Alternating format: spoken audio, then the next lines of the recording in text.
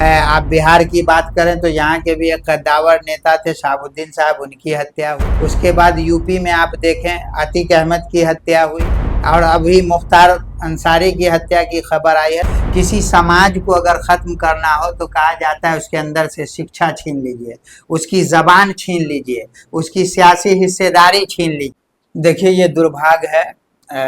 पिछले कई सालों से जो यूपी की हालत है और वहाँ के मुसलमानों की हालत है, इस पर हम लोगों के पास कोई शब्द नहीं है। जिस तरह से सियासी हत्याएं हो रही हैं मुस्लिम लीडरों की, कहीं ना कहीं मुसलमानों के लिए चिंता का विषय है और इस पर मुस्लिम समाज को भी गंभीर होने की ज़रूरत है।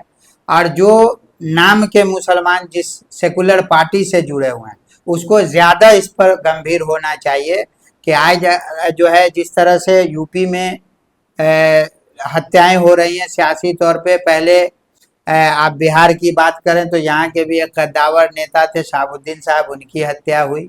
उसके बाद यूपी में आप देखें अतीक अहमद की हत्या हुई और अभी मुख्तार अंसारी की हत्या की खबर आई है। तो इस तरह से एक हत्या क्या है? बिल्कुल बिल्कुल सियासी हत्या है ये।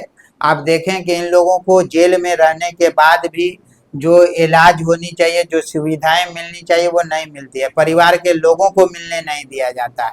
न्यायपालिका किस लिए है? दोष या दोषी को सजा देने के लिए न्यायपालिका है, लेकिन यूपी में देखें आप तो पुलिस वहां फैसला करती है।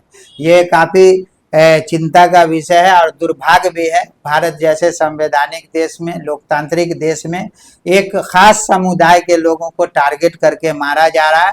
आने वाले दिनों में हमें लगता है कि इस समाज को सामने आकर के अपने बचाव और अपने लोगों के की सुरक्षा के लिए आवाज उठाने की जरूरत।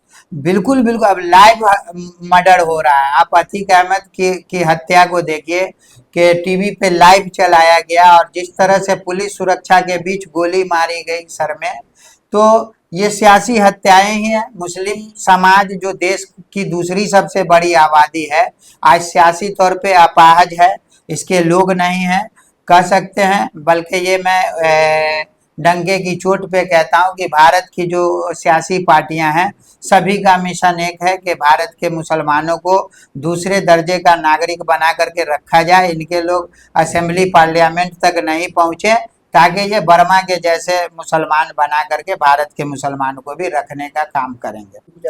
नहीं, डर नहीं, क्लियर है। देखिए अब अगला नंबर उन्हीं का है, जेल में डाल करके मार रहे हैं, जबकि इस तरह की घटना काफी निंदनीय है। सुप्रीम कोर्ट को इस पर संज्ञान लेना चाहिए कि आखिर पुलिस सुरक्षा में न इलाज हो रहा है, न उसको वो सुविधाएं मिल रही है।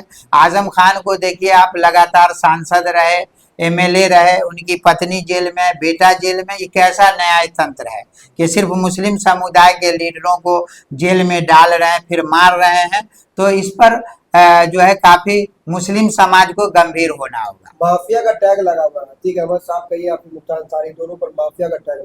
अच्छा, ये सिर्फ मुस्लिम ही लोग माफिया हैं, बाकी लोग सब दूध के धुले हैं। एक पर एक माफिया यहाँ मंत्रालय में है, सरकार में है, उस पर कार्रवाई क्यों नहीं होती? ये दोहरा चरित्र है सरकार का, न्यायपालिका का। हम समझते हैं कि इस पर माननीय सुप्रीम कोर्ट को संज्ञान लेने की जरूरत है कि एक समुदाय को टारगेट किया जा रहा है, उसके अंदर विश्वास जगे लोकतंत्र पर, संविधान पर, इसलिए सुप्रीम कोर्ट को इस पर अविलंब संज्ञान लें। नहीं, ये सेकुलर पार्टियों से बड़ा कोई गुंडागर्दी कर ही नहीं रहा। सेकुलर पार्टी सो कॉल्ड, जिसको तथाकथित सेकुलर पार्टी कहते हैं, ये असल खतरा है मुस्लिम समुदाय के लिए, पिछड़ा अति पिछड़ा वर्ग के लिए। आप आज़ादी के बाद से देख लें, जो समाज का सबसे दबा कुचला तबका आज भी उसी पायदान पे है, चाहे वो आप हिंदू के दलित, पिछड़ा अति पिछड़ा समुदाय की बात करें या मुस्लिम समुदाय की, आज भी उसकी हालत वही है। इन लोगों ने सिर्फ वोट लिया, डर की राजनीति दिखाया। आज मोदी जी आ जाएंगे, कल आरएसएस आ जाएगा, परसों भाजपा आ जाएगी। इस डर को दिखा करके जो वोट लेने का काम किया, ये सेकुलर पार्टियां सबसे ज्यादा दोषी है। सॉफ्ट हिंदुत्व की राजनीति कर रही है, मुसलमानों को छुआछूत समझते हैं ये लोग। इन्हीं लोगों की साजिश है जो मुस्लिम लीडरशिप की हत्या की जा रही है। नहीं, साजिश हमने तो अभी कहा ना कि ये सभी पार्टियों का एक ही मिशन है किसी समाज को अगर खत्म करना हो तो कहा जाता है उसके अंदर से शिक्षा छीन लीजिए, उसकी जबान छीन लीजिए, उसकी सियासी हिस्सेदारी छीन लीजिए। तो शिक्षा में तो हम लोग जीरो पे हैं, 3% 2.5% हमारे यहाँ शिक्षा है। रोजगार हमारे यहाँ है नहीं, 3 से 4% है। सियासी हिस्सेदारी तो माइनस में चली गई। हमारे लोग ना असेंबली में ना पार्लियामेंट में, हमारी कौन सुनेगा। यही कारण है कि आज मुख्तार अंसारी मारे जा रहे हैं, शहाबुद्दीन साहब मारे जा रहे हैं, अतीक अहमद मारे जा रहे हैं, कल हम जैसा लोग मारा जाएगा। उमर खालिद जेल में मर रहा है, शर्जील इमाम जेल में मर रहा है। कौन है हमारी सुनने वाला। माननीय सुप्रीम कोर्ट से गुहार लगाते हैं। आप देखिए उमर खालिद जितनी बार याचिका डालते हैं उसकी नहीं सुनवाई होती है। तो कहाँ जाके हम लोग अपने न्याय की मांग करेंगे। तो हम लोगों के पास कोई ऑप्शन नहीं है। हम तो ये मानते हैं कि आज की तारीख में भी भारतीय मुसलमान 2वीं दर्जे का नागरिक बनकर जीने को मजबूर है। एक बड़ा सवाल अभी लोकसभा चुनाव है और देखा ये जा रहा है कि मुसलमानों की अच्छी खासी संख्या होने के बावजूद यहाँ 4 लाख की संख्या दरभंगा में, लेकिन उसके बावजूद यहाँ मुसलमानों को उम्मीदवार नहीं बनाया जाता है, ये कहकर कि भाई मुसलमान नहीं जीत पाए। नहीं, देखिए हमने कहा ना कि सेकुलर पार्टियां ही हमारी हत्या कर रही है, चाहे सियासी सतह पे हो, शिक्षा के स्तर पे हो, रोजगार के स्तर पे हो। अभी जो जातिगत जनगणना की रिपोर्ट आई एकदम सीधा सीधी खोखला साबित हो रहा, ठगा गया मुसलमानों को। जो आबादी दिखाई गई उस हिसाब से महागठबंधन से हमारी 7 से 8 सीट बनती है। आप देख लीजिए कहाँ है हमारे लोग, किनको टिकट दिया गया। अब हमारी हालत ये हो गई है कि नीतीश कुमार मुसलमानों को सामने से आकर के लेने को तैयार नहीं है।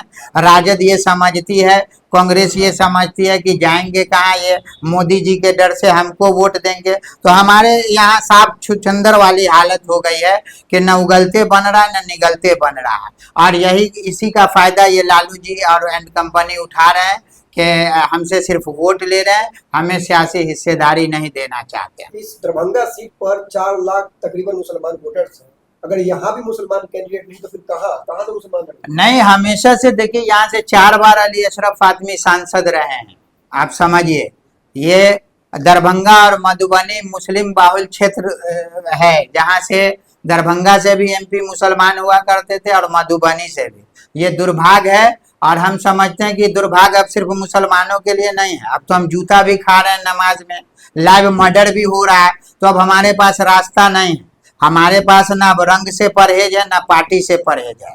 हम अपने बचाव के लिए, हम अपनी मजबूती के लिए, अपने समाज की सियासी हिस्सेदारी के लिए हम भी कहीं जा सकते हैं। ये लालू प्रसाद की पार्टी का झंडा झोला ढोना हमारे मुकद्दर में अब नहीं है। अगर ये लोग चाहते हैं कि हमारे लोग सदन में जाए, हमारे लोगों को ईमानदारी से अगर ये हिस्सेदारी देंगे तो हम सोचेंगे। नहीं तो आने वाला जो चुनाव है, जो लोकसभा का, अभी ये लोग महागठबंधन वाले कह रहे हैं मोदी जी को रोकेंगे, हालांकि इनके बस की बात है नहीं। लेकिन जनता अगर विराम लगाएगी तो निश्चित रूप से सांप्रदायिक शक्ति रुकेगी। इन पार्टियों के बस की बात नहीं। जो पार्टी 6 करोड़ 8 करोड़ में टिकट बेच रही है, उससे क्या मोदी जी का रथ रुकेगा क्या?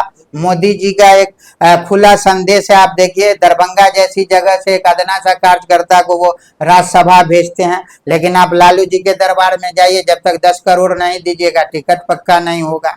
तो कहीं ना कहीं ये एक तरह से मुस्लिम समुदाय के लिए बड़ी चुनौती है ये 2024 का लोकसभा चुनाव, कि इनके लोग सदन कैसे जाएं। अब दरभंगा में टिकट नहीं दीजिएगा, मधुबनी में नहीं दीजिएगा तो कहाँ जाके लड़ेंगे। आज ही मैंने एक न्यूज पढ़ा है जो मुसलमानों में आक्रोश है कि अब हम मधुबनी नहीं लड़े, दरभंगा नहीं लड़े, शिवहर नहीं लड़े, सिवान नहीं लड़े, किशनगंज नहीं लड़े, तो कहाँ हम विराटनगर जाके लड़े, धरान जाके लड़े, नेपाल में जाके लड़े। ये तो लालू जी को बताना चाहिए। और ये कैसा समाजवाद है, जिस समाज से वो आते हैं सब बीजेपी में शिफ्ट है।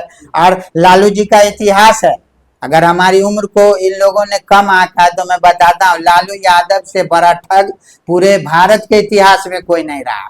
उन्होंने जो MY समीकरण बनाया उसमें लालू यादव की पार्टी जब भी सत्ता में आई है 100% M का वोट इनको मिला। और शुरू से लालू यादव के पास भी Y का वोट नहीं रहा। लेकिन लालू यादव एक चतुर नेता थे, कभी अडवाणी का रथ रोक करके मुसलमानों को बेवकूफ बनाया, कभी इनका बेटा राम मंदिर के लिए ईंटा ले जाकर के बेवकूफ बनाया।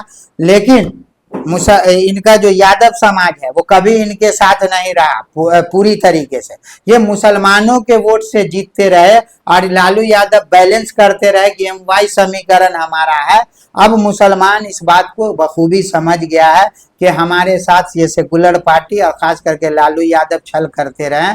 अगर इस लोकसभा चुनाव में ईमानदारी से हमें सीट नहीं मिला तो हम रंग से कोई परहेज नहीं है। हम बीजेपी से क्यों परहेज करेंगे? बीजेपी भी भारत की पार्टी है तो हम उसके साथ क्यों नहीं जाएंगे? नीतीश कुमार को भी ईमानदारी से आना चाहिए, ये फर्जी सेकुलरवाद से बचना चाहिए, मुसलमानों पर स्टैंड क्लियर करें। और मुसलमानों के अंदर जो अभी विकल्प की कमी है, हम चाहते हैं कि नीतीश कुमार अपना स्टैंड क्लियर करें, तभी जाकर के ये लालू एंड कंपनी जो करोड़ों में आज टिकट बेच रहे हैं, ऐसी पार्टी को सबक मिले।